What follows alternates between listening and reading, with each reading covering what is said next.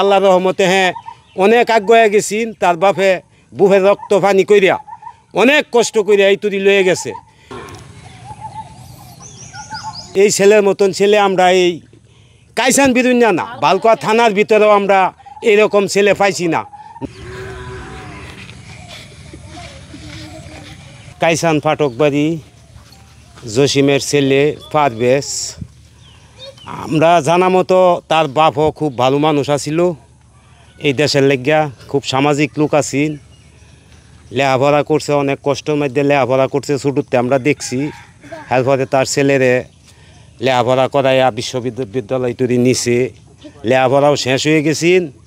তে আমাদের দাবি যে দুষ্কারীরা এই কাজ করছে তাদের অত্যন্ত দৃষ্টান্তমূলক শাস্তি হোক আর তাদের বিচার হোক।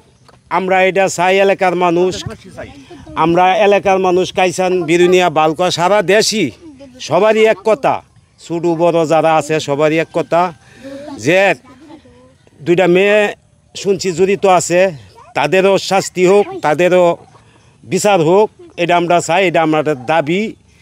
এই ছেলের মতন ছেলে আমাদের হাতও জন্মকর্ম হয়েছে, আমরা কুলে কাহে লইছি।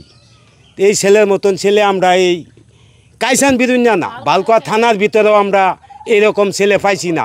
নর্ম ভদ্র ব্যবহার আচার সব দিকে আল্লাহর রহমতে হ্যাঁ অনেক আগুয়া গেছিন। তার বাপে বুফে রক্ত পানি কইরা অনেক কষ্ট কইরা এই তুরি লয়ে গেছে।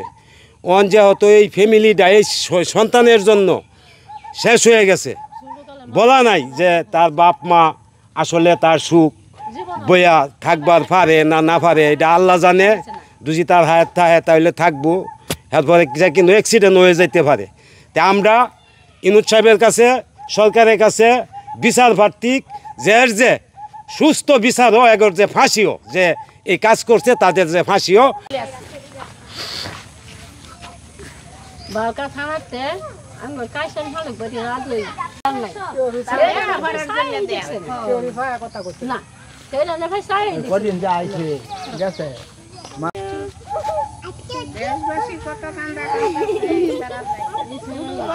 For more updates, follow us on Facebook, subscribe our YouTube channel, get the latest update on www.daily-sun.com.